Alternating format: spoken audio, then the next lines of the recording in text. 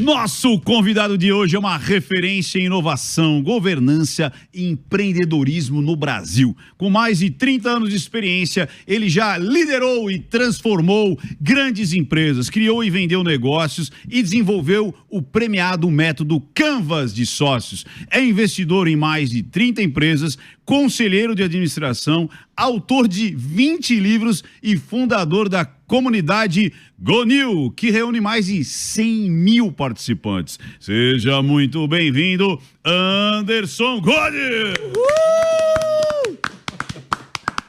Pô, precisa pegar esse corte aí e rodar lá em casa. O pessoal valorizar, né? Porra, com essa dicção, ou então acordar de manhã com isso daí. Um alarme. Com vocês, Anderson God, ele sou eu mesmo. Testosterona fica a flor da pele. Ô Anderson, explica pra gente aí o teu negócio. A gente conversava aqui nos bastidores. Você e Davi já são conhecidos de longa data. Outros carnavais. Mas o negócio é prestar consultoria em governança para grandes empresas, é isso mesmo? Como que nasceu esse teu negócio? Eu acho que a governança, acho que primeiro vai a gente conceituar, né? O que é essa tal de governança? Né? Assim, é só para grandes empresas, né? Eu acho que começa aí. Né? Isso é uma boa, inclusive um bom levanta, né? Justamente, e a gente faz um trabalho justamente para desmistificar isso aí, porque mesmo o micro, pequeno empreendedor, ele precisa dessa disciplina. Claro, em doses diferentes desse remédio, né? Explica pra gente.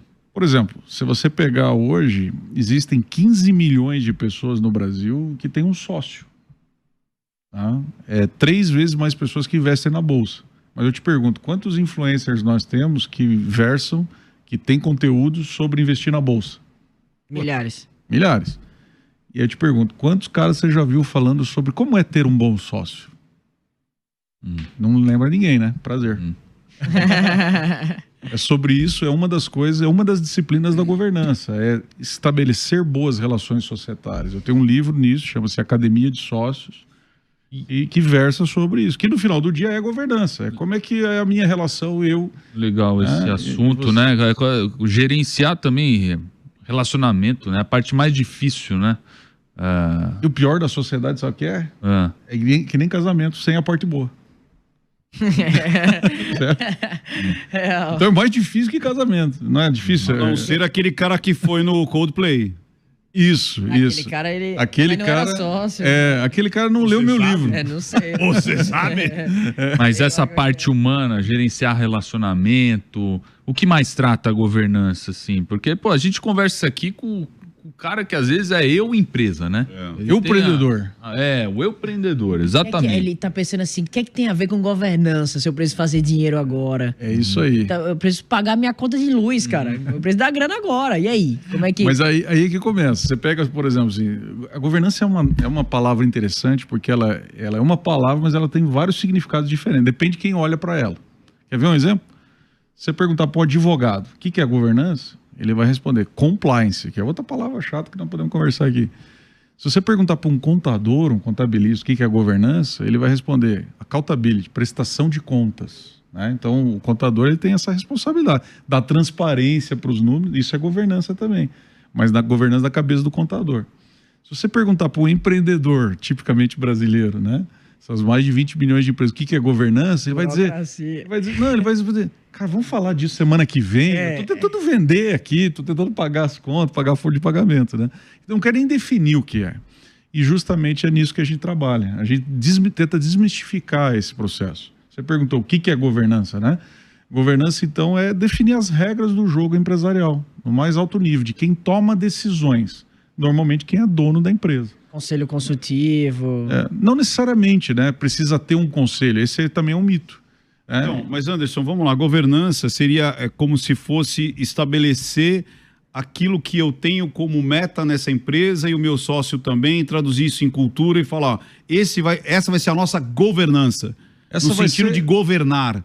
Isso. Nós vamos governar essa empresa, que o governar ele está acima, como você falou, da contabilidade, sei lá, do compliance. Do jurídico. É a governança, é o olhar em cima da empresa, o que a gente quer dela como empresa, seria isso. Ela engloba esse alinhamento estratégico no mais alto nível, né? Quer dizer, nós vamos para lá, né? Eu acho que esse direcionamento é uma questão de você consensuar isso com as pessoas que lideram aquele negócio. Então isso é governança também.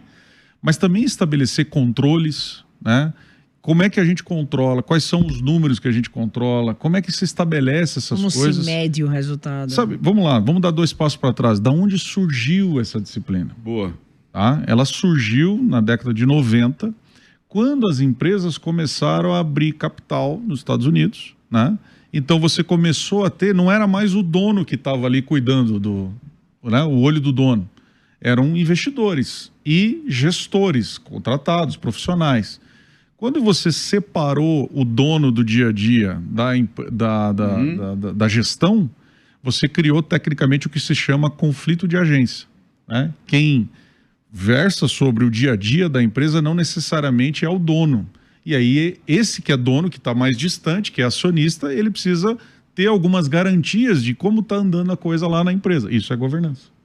Legal, você fala assim de governança, fiquei chateado, inclusive, que você não trouxe seu livro aqui pra gente. Pô.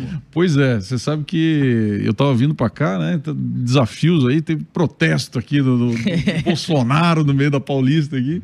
Então foi bastante tumultuado chegar aqui, mas deu certo, que bom. Deu certo. Mas e o livro? Cadê? Eu vou fazer o seguinte, nós vamos colocar no link aí o livro, e mais do que dá para vocês, só para vocês aqui, para todo mundo que estiver assistindo, eu vou dar um livro virtual para o pessoal poder baixar. Então entrem lá na rede social do @AndersonGodes, a gente passou aqui na tela, ó, tá aí para você, ó, o Anderson aí, palestrante, é o cara que manja tudo aqui de governança. E você tava falando, por exemplo, né, a gente falou das as grandes empresas, né, a gente, corporativo, a nível corporativo, você tem realmente esse tipo de vocábulo, né, vamos falar assim, consciência corporativa, né? Algumas, né? Normalmente os grupos familiares. Veja bem. Como é que é para implementar isso? Também, em que momento você vê da empresa, né? Você falou das pequenas doses para pequenas empresas, mas em que momento que vira essa chave também do empresário ter que olhar para esse tema, né? Desse alto nível, né? Na verdade, ela é uma disciplina bastante elástica hoje. Acho que esse é o trabalho que a gente tem procurado fazer. Ela nasceu, sim, para essas grandes empresas, quando a empresa abre capital, etc. e tal.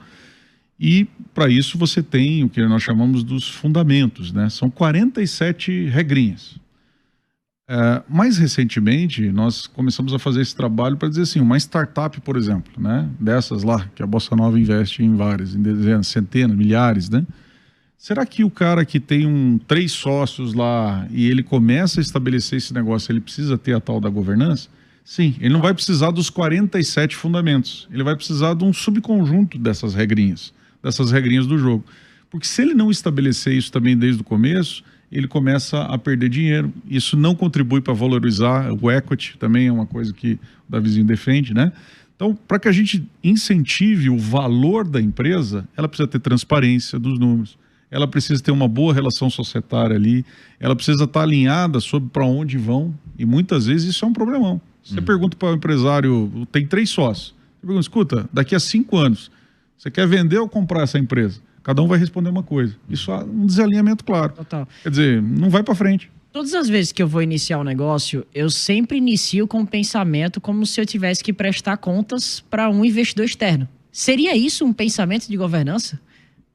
Total, Davi, é isso aí. Mesmo que você não tenha esse investidor ainda, né? Porque você já drive o negócio para ter essa prestação de contas, essa coisa transparente, né?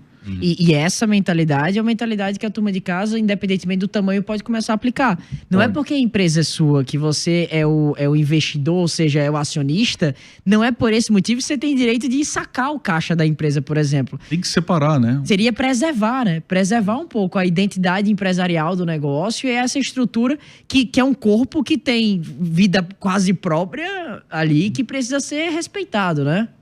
Você sabe, Davi, que você me lembra, esses tempos atrás eu fui numa cidadezinha no interior, né, Brasil aí, não vou falar o nome da cidade, estão em entrega, e é interessante que assim, tem 15 mil pessoas na cidade, 14.999 trabalham na empresa do Coronel lá, né, certo? Só o prefeito não trabalha. Pelo menos oficialmente não recebe. Não, ele trabalha também nos bastidores. Isso. Ele foi posto lá... Justamente, provavelmente. Né? E é um senhor de quase 70 e tantos anos, né? E aí ele me levou lá para justamente... Daí ele reuniu a família, reuniu a diretoria dele e tal, né? As pessoas assim que tomam decisões da empresa. Mas meio cético, assim, sabe? Fala aí, o que é esse tal de governança aí pro pessoal aqui? Fatura 2 bi, tá? 2 bi, companhia do cara de 70 e poucos anos, tal, referência no segmento deles, no interior. Aí esse cara falou, eu falei, putz, aí tirei lá uns slides lá, comecei a passar. Não, vamos lá, deixa eu tentar definir aqui, né? Comecei a passar slide e esse senhor não tava na sala. Ele não tava ali no papo, né? Eu passei um slide, 2 slides, 3 slides, ele não entrou, isso aqui não vai não funcionar. entrou. Eu desliguei assim, falei, ô, seu Zé, seguinte, aqui na cidade tem uma igreja católica, uma igreja evangélica, alguma coisa assim? Tem. Então, lá tem umas regrinhas lá, né? Tal de 10 mandamentos lá, não tem? Tem. Daí ele já começou a dialogar comigo, né? Já começou a entrar. Rapó. Daí ele emendou, o velhinho sacana. Ele falou assim, aquele não cobiçarás é o mais difícil. Eu falei, puta, não é o não matarás nessa é o não cobiçarás. Aí eu falei, beleza. Falei, então, esse negócio que o senhor quer fazer, começar aqui os teus filhos participar da empresa, né? Abrir novo negócio lá no outro país, lá não sei o que ele queria fazer no Paraguai. Esse negócio tem as regrinhas de como fazer isso aí. Porque o senhor vai crescer, você vai começar a trazer o pessoal aqui, vai ter a sucessão, né? Que é uma outra disciplina importante da governança, sucessão empresarial, passar de uma geração para outra. É a governança que, vamos dizer assim, orquestra isso aí, né? Aí eu falei, para fazer tudo isso, também tem umas regrinhas. Não é 10 mandamentos, são 47, né? Mas precisa disso aí. Ele falou, entendi. Eu falei, e quer saber para que serve o conselheiro? Ele é igual o padre e o pastor lá. O padre e o pastor fazem o quê? Eles te ajudam a cumprir os 10 mandamentos, certo? E avalia se você tá ou não. É isso aí. O conselheiro vai te ajudar a cumprir os fundamentos de governança. Deixa eu fazer uma pergunta importante agora, nesse mesmo link. Nos tempos de hoje se fala muito sobre inovação, sobre criar novas coisas, sobre a importância da gente ter velocidade na construção das coisas. E eu tô vendo a tua camisa aí, ó, Speed Some Control. Lembra que eu já usei uma camisa dessa? Sim. Era meio grande Então, para você. Era grande, era pequeno, mais ou menos grande. Então, você fala de governança normalmente é visto como sendo rígido. É duro, travado, lento. Ou seja, uma empresa que tem uma governança estabelecida é uma empresa que é um transatlântico. Ou seja, é muito difícil de dar volta, é muito difícil fazer as coisas. Nos tempos de hoje é necessário que até as empresas que são grandes, elas coloquem a velocidade para jogo. Então, como que se enxerga a governança num tempo onde é tão importante ser rápido? Vou te dar um exemplo, Davizinho. O Diego Barreto, iFood, CEO, né? Ele é professor lá com a gente no Master em Governança, que é um programa que a gente tem, super recomendo, você que está aí assistindo. E se você pegar, por exemplo, o iFood, ele foi uma empresa pequena, mas ele foi se desenvolvendo e hoje é uma corporação gigantesca, né? Como é que ele aplica algum controle lá? E não um controle total que engessa a empresa, que impede e mantém esse espírito jovial que fez o iFood ser quem é. E ele me cita um exemplo na aula. Ele diz o seguinte, precisava entrar no almoço, porque naturalmente o brasileiro ele tem uma predisposição de gastar mais à noite para pedir comida e não no almoço. O almoço a gente liga com o vale-refeição, né? VR, né? Ele tem um certo limite e tal. Aí eles fizeram lá um esquema, um novo modelo de negócio e pensaram um modelo em que eles eram meio parceiros dos restaurantes. E isso significava um outro regime tributário, que não era a venda tradicional, por exemplo, do iFood, como era à noite, justamente por uma questão de precificação diferente. Aí ele pegou, foi lá, chamou o pessoal dos diretores dele e um dos caras é o cara de tributos, né? Falou, pessoal, e aí, como é que a gente viabiliza isso e tal? Como seria isso numa empresa tradicional, pesadona, com muito controle? O pessoal ia estudar esse negócio, ia ver qual é o CFOP, o negócio, né, a categoria, o análise código. de risco, o que pode Isso. acontecer de consequência, conselhos gigantes mandam decisão. Justamente. Aí aí um dos caras do tributarista lá pegou e falou assim, olha, nós não temos a condição nesse CNPJ aqui e tal de conseguir fazer isso. Nós precisamos abrir um CNPJ novo para poder fazer essa operação diferente aqui. O que faria um executivo normal? Que, né, Tá bom, então daqui abre lá, demora sei quantos meses e depois a gente volta e daí a gente faz isso. Qual que foi a decisão dele? Vamos vender. Pega qualquer CNPJ, vai lá e testa. Se der certo, A gente avança. Aí sim abre. aí o que eles fizeram? Deu certo o modelo, ele pegou todas as notas fiscais daquele volume, daquilo, foi lá, bateu na porta do fisco, ou seja, tá sendo correto, tá entendendo? Claro. Olha, Né? eu preciso me adequar. Eu preciso me adequar aqui, a gente fez um teste, gerou tudo esse negócio. Isso é ter algum controle, não é diante do controle parar. Olha que metáfora legal desse negócio de controle. Para que serve o freio O freio? no carro? Pra frear? Pra não bater. Serve para andar mais. Em que sentido? Se você não tivesse o freio, você ia ter que andar bem devagar, né? É, exatamente. Certo? É. Você consegue Com andar algum, mais, você tem o com algum né? freio, Vou você usar anda mais essa aí, rápido. Eu gostei dessa aí. Gostou? Gostei muito. Boa. Vou usar. É pra isso que tem que servir o controle. Eu vou usar. O controle tem que servir para isso, tem que ter algum controle. Pra conseguir, inclusive, acelerar quando Conseguir precisa. acelerar mais. Anderson, Muito você tava bom. falando sobre escolher o sócio certo, né? Que a gente começou com essa conversa. E a gente sabe que os nossos ouvintes aqui, eles têm muito dessa condição. É a primeira empresa, tá abrindo ali com o colega do trabalho e tal. E o sócio é o que tem, de repente, o capital, a mão de obra. Mas qual que é, no mundo ideal, qual que seria o melhor sócio? Bom, o melhor sócio é aquele que você... Em termos de temperamento, de visão, tem que pensar igual, diferente. Como é que se desse para escolher qual que é o melhor sócio? Nós desenvolvemos um método chamado Academia de Sócios, que dá nome ao livro também. Tá? E esse método ele preconiza 4 quadrantes ali, com vários temas.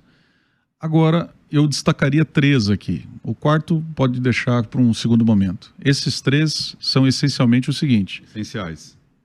Quais são os princípios desses sócios?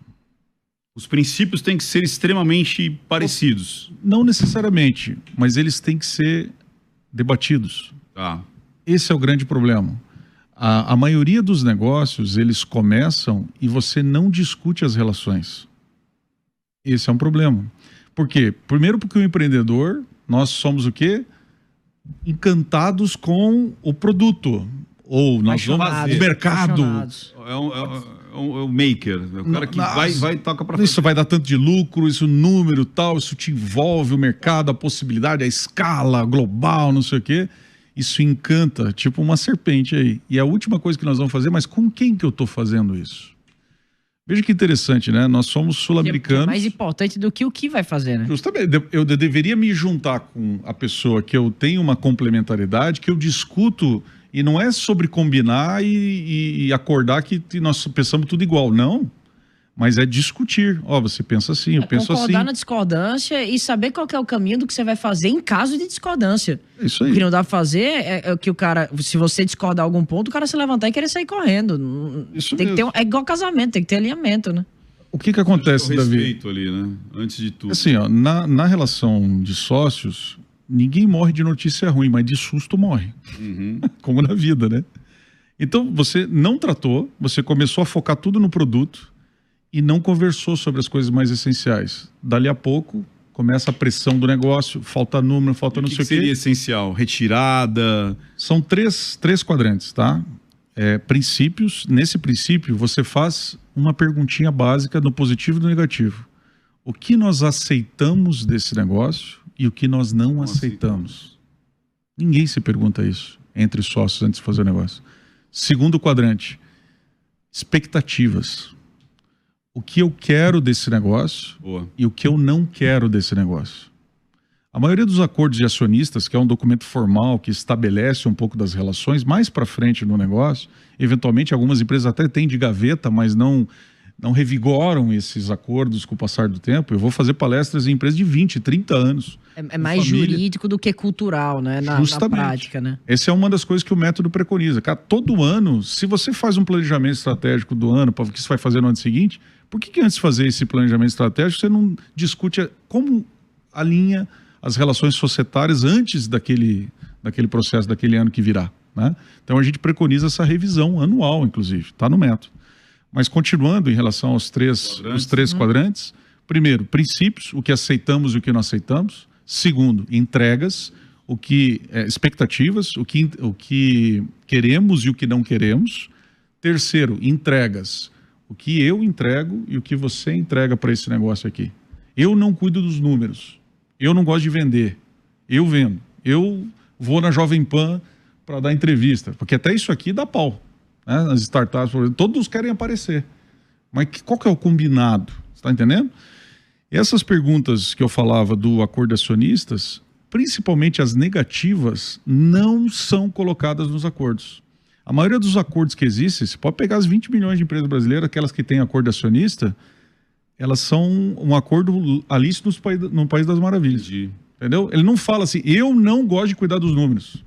Eu não quero que esse negócio seja de comida, mas seja de comida que não seja saudável. E aí as relações começam a se atritar aí. As arestas são jogadas para debaixo do tapete. Justamente. Vamos convidar o nosso Muito primeiro bom, viu? empresário, Ventura? Bora! Vamos convidar o Daniel Guzmão. Olha só, meu amigo Anderson, ele trabalha com gestão e negócios. Ele diz, qual o problema dele? Atende sócios e proprietários que enfrentam resistência em compreender que eles próprios podem executar o trabalho proposto pela consultoria. Muitos consideram o serviço caro, enquanto alguns gerentes demonstram receio de perder a autonomia ou seus cargos. É o professor Guzmão. Boa noite, professor. Obrigado pela sua presença aqui no programa do SOS. Gostaria de entender mais aí da sua empresa, sua consultoria, o que ela oferece para essas pessoas. Não estou tendo sem retorno som. de áudio aqui, eu não sei se Você escuta a gente, Daniel? você está escutando a gente, né? Agora eu não estou te escutando, Guzmão. Vamos ver se... De aqui lá não. ou é daqui? Aqui não, eu vou ver aqui com a produção. Eu acho que talvez esteja mutado aí, vamos ver se a gente faz um teste agora. Enquanto isso, eu vou Agora buscar sim, aqui. agora sim. Oi? Temos o Guzmão. Temos o Guzmão? Professor Não, ainda Guzmão. não. Ainda não. Mas o que você já estava? Já vai fuçar, já vai fazer, já puxar a pegou rede capivara, social aqui pra avaliação. entender qual Vou que ver é a a do... capivara. Ô, Anderson, aproveitando, você concorda comigo de que você enxerga de que fazer um contrato de acionistas, um acordo de acionistas, muitas vezes isso é o fruto de um erro, de um problema, de você escolher a sociedade errada, você aprender e aí a partir de aprender esse aprendizado você faz isso na segunda jornada como empreendedor, né? Concordo com você. Muitas vezes é que nem o segundo casamento, né? Mais ou menos isso. Você não faz comunhão total, né? Você Mas sabe, eu ia comentar um pouquinho. Você entra com mais control, né, Sam? É more control. Né? A gente tem uma coisa, Davi, que é a seguinte, cara. Nós somos muito relacionais, né, enquanto sul-americanos, né? A gente gosta, assim, disso aqui, né, e tal, né? Mas a gente tem muita dificuldade de ter conversas duras. Difícil. Eu não tô falando do casamento, tá, galera? Também. Eu tô falando da Também, sociedade. encaixa no também, casamento, mesma né? coisa. Então, um método como esse que a gente procurou desenvolver é justamente para que essas conversas difíceis tenham um guia inicial que seja simples, fácil, como essas 3 perguntas, no positivo e no negativo, e a galera com isso consegue discutir um pouquinho antes